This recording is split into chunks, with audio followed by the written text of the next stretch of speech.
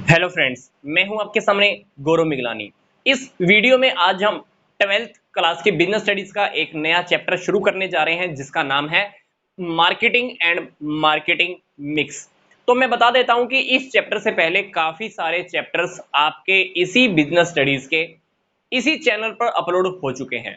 तो उस business studies जो 12th की है, अलग से एक प्लेलिस्ट मैंने बनाई हुई है। उस प्लेलिस्ट में सारे चैप्टर्स हैं, आप उनको सीरीज में बहुत अच्छे से स्टडी कर सकते हैं।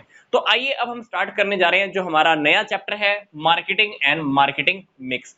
तो पहले हम इस चैप्टर में स्टडी करने जा रहे हैं कि मार्केटिंग क्या होती है। सिंपल सी बात है, मार्केटिंग का मीनिंग समझने से पहले सोचकर देखो कि सुबह से लेकर रात तक हम पूरा दिन में बहुत कुछ देखते हैं।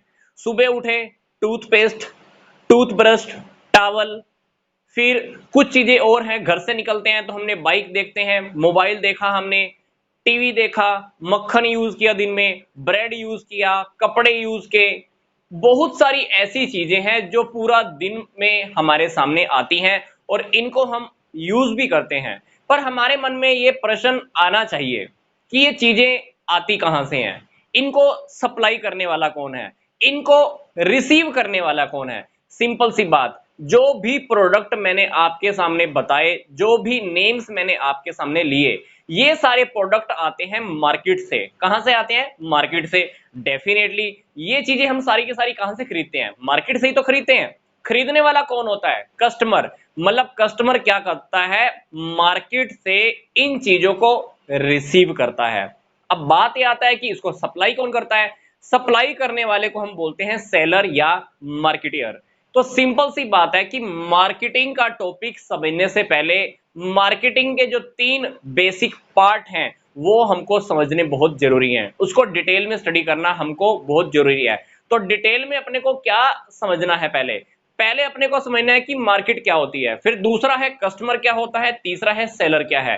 क्योंकि जो ये 3 पार्ट हैं ये मार्केटिंग के बेसिस हैं, ये मार्केटिंग का आधार है।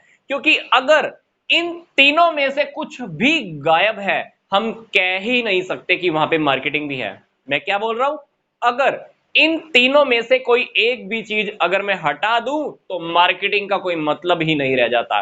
तो मार्केटिंग को अगर आपने बहुत डिटेल में जानना है तो ये तीनों टॉपिक हमको बहुत अच्छे से पहले समझने होंगे।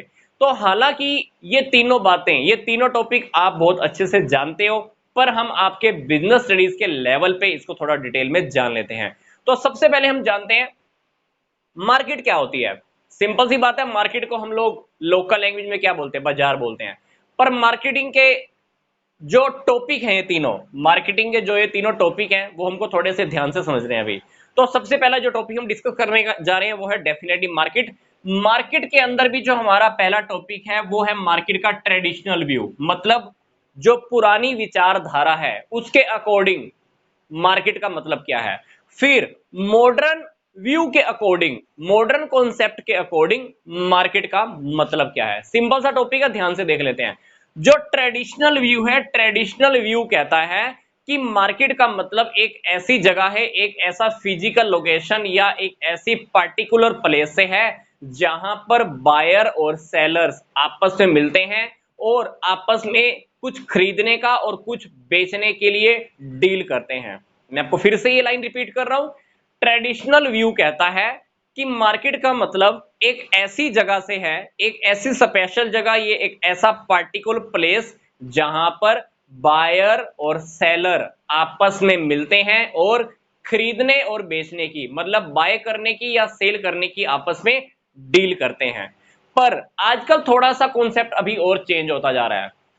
आज के कॉन्सेप्ट के अकॉर्डिंग थोड़ा सा अगर मैं थोड़ा सा और आगे बढ़ूं तो ट्रेडिशनल व्यू के अंदर ये बात भी है कि जरूरी नहीं है कि खरीदने वाला और बेचने वाला एक ही जगह पर अवेलेबल हो। जरूरी नहीं है कि खरीदना और बेचना एक स्पेशल जगह पर ही हो। अगर वो फोन पर बात करके खरीदने और बेचने की बात करते हैं तो वो भी मार्केट कही जाएगी। अगर मैं किसी को मेल करके, किसी को लेटर लिखकर अपने प्रोडक्ट को सेल करता हूं, वो परचेज कर लेता है, that is also a market. अगर मैं किसी को इंटरनेट के थ्रू प्रोडक्ट सेल करता हूं और वो पर्सन इंटरनेट के थ्रू प्रोडक्ट परचेज कर लेता है, that is also a market. तो मार्केट का मतलब अब कोई एक स्पेशल जगह से नहीं है।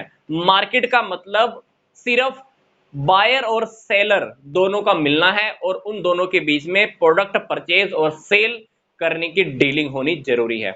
मैं आपको फिर से रिपीट कर रहा हूं, ट्रेडिशनल व्यू के अंदर क्या क्या बातें आ रही हैं। पहली बात तो एक पार्टिकुलर प्लेस का होना जरूरी है, एक स्पेशल लोकेशन का होना जरूरी है। पर इसी टॉपिक में हम थोड़ा सा और आगे बढ़ रहे हैं। यही कॉन्सेप्ट कह रहा है कि परचेज और सेल करने के लिए बायर और सेलर का एक स्पेशल जगह पर मिलना जरूरी नहीं है। वो परचेज या सेल करने के लिए इंटरनेट के थ्रू भी आपस में कांटेक्ट कर सकते हैं, ईमेल के थ्रू, लेटर के थ्रू, और चाहे तो वो टेलीफोन कॉल करके भी अपने प्रोडक्ट को सेल या परचेज कर सकते हैं। दैट इज ट्रेडिशनल व्यू, परंपरागत विचारधारा। अब हम पढ़ते हैं आधुनिक विचारधारा, मॉडर्न व्यू। मॉडर्न व्यू कहता है कि जो प्रोडक्ट को लोग खरीद चुके हैं प्लस प्रोडक्ट को जो लोग खरीदने की इच्छा रखते हैं, तो उन दोनों प्रकार के कस्टमर्स को अगर मैं ऐड कर दूं, that is modern approach, that is the modern approach of the market.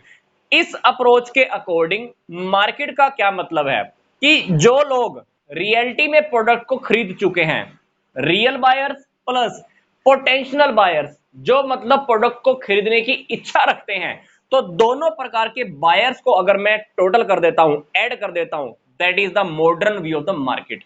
मतलब मान लीजिए एक नई कार मार्केट में आती है, इस कार को 5,000 लोगों ने खरीद लिया, रियल बायर जिन्होंने खरीद लिया तो रियल बायर हो गए।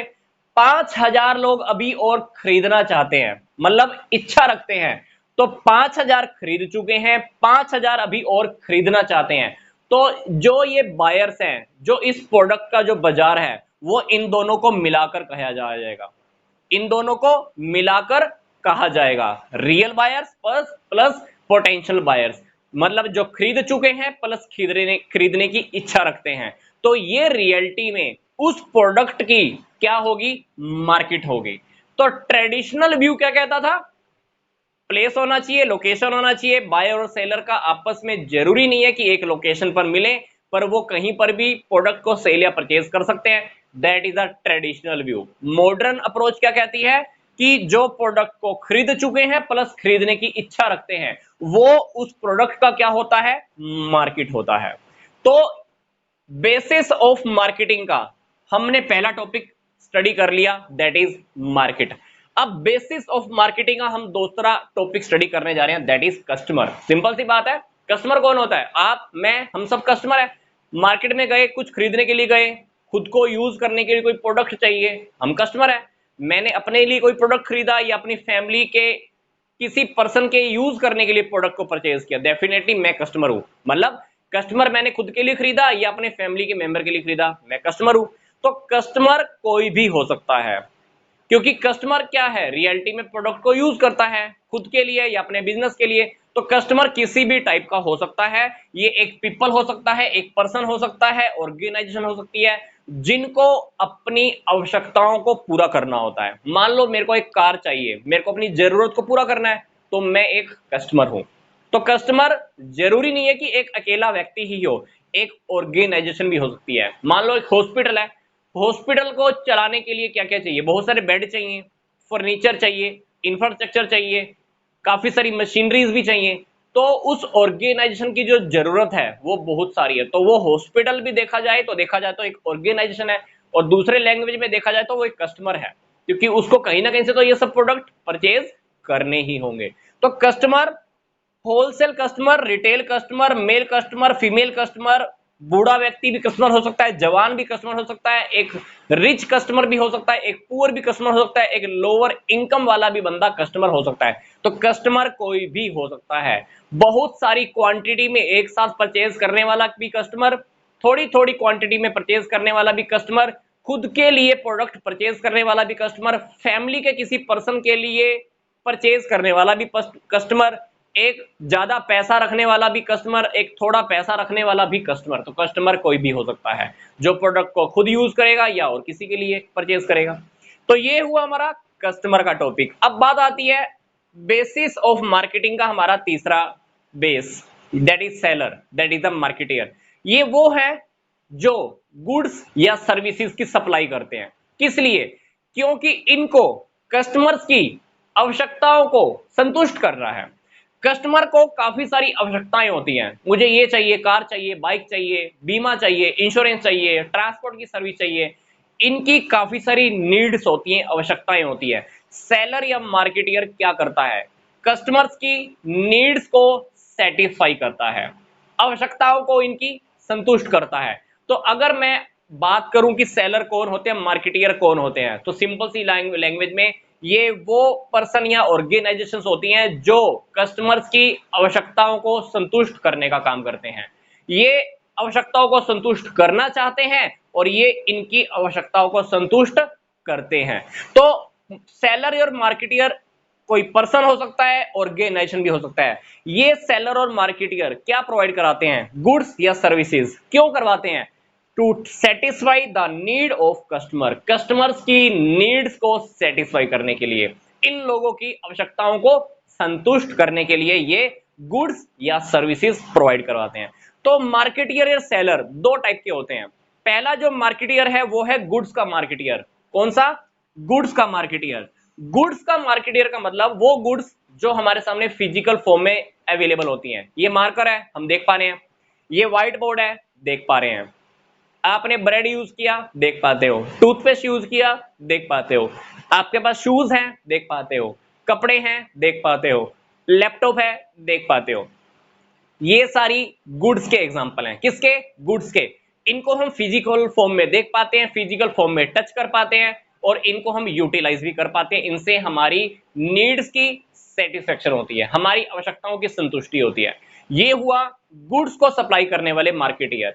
जैसे साबुन बनाने वाली कंपनी साबुन बनाती है, तो साबुन एक क्या है? उस कंपनी के लिए गुड्स है। शैम्पू उस कंपनी के लिए गुड्स है। लैपटॉप की कंपनी लैपटॉप बनाती है, तो लैपटॉप उस कंपनी के लिए गुड्स है। तो गुड्स का मार्केटियर कर रही है। वो मार्केटियर क्या सेल कर रहा है? गुड्स को सेल कर रहा है। लैपटॉप सेल कर रहा है, साबुन सेल कर रहा है, शैम्पू सेल कर रहा है, कोलगेट सेल कर रहा है। ठीक है, तो ये हुए गुड्स के एग्जांपल।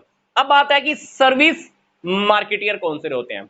सर्विस मार्केटियर जिनसे हमको सर्विस का बेनिफिट मिलता है। फॉर एग्जांपल, बैंक आपको अमाउंट डिपॉजिट करवाने की, अमाउंट विड्रॉ कराने की सर्विस देता है। इंश्योरेंस कंपनी आपको आपकी लाइफ को सेव करती है।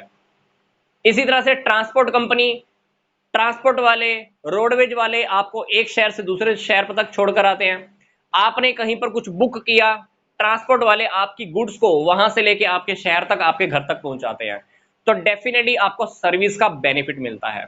बैंकिंग का बेनिफिट, इंश्योरेंस सेक्टर हो गए, ट्रांसपोर्ट सेक्टर हो गए, तो ये सारे वो सेक्टर्स हैं जो आपको सर्विसेज प्रोवाइड करवाते हैं। सर्विसेज को आप फिजिकल फॉर्म में नहीं देख सकते, आप सिर्फ उनका फील कर सकते हो, उनका फायदा उठा सकते हो। तो कुछ कंपनीज ऐसी ही होती हैं, कुछ ऑर्गेनाइजेशन ऐसे ही होते हैं जो आपको सर्विस प्रोवाइड करवाते हैं। तो सर्विस प्रोवाइड करवाने वाले सर्विस मार्केटियर होते हैं। तो इस वीडियो में हमने क्या स्टडी किया कि मार्केटिंग का जो बेस है वो तीन टॉपिक पे डिपेंड करता है। पहला है मार्केट, दूसरा है कस्टमर और सेलर। अगर इन तीनों में से मैं एक टॉपिक को भी गायब कर दूं, मार्केटिंग का कोई मतलब नहीं रह जाएगा। तो मिलते हैं हम नेक्स्ट वीडियो में, इस चैप्टर को हम आगे कंटिन्यू करेंगे।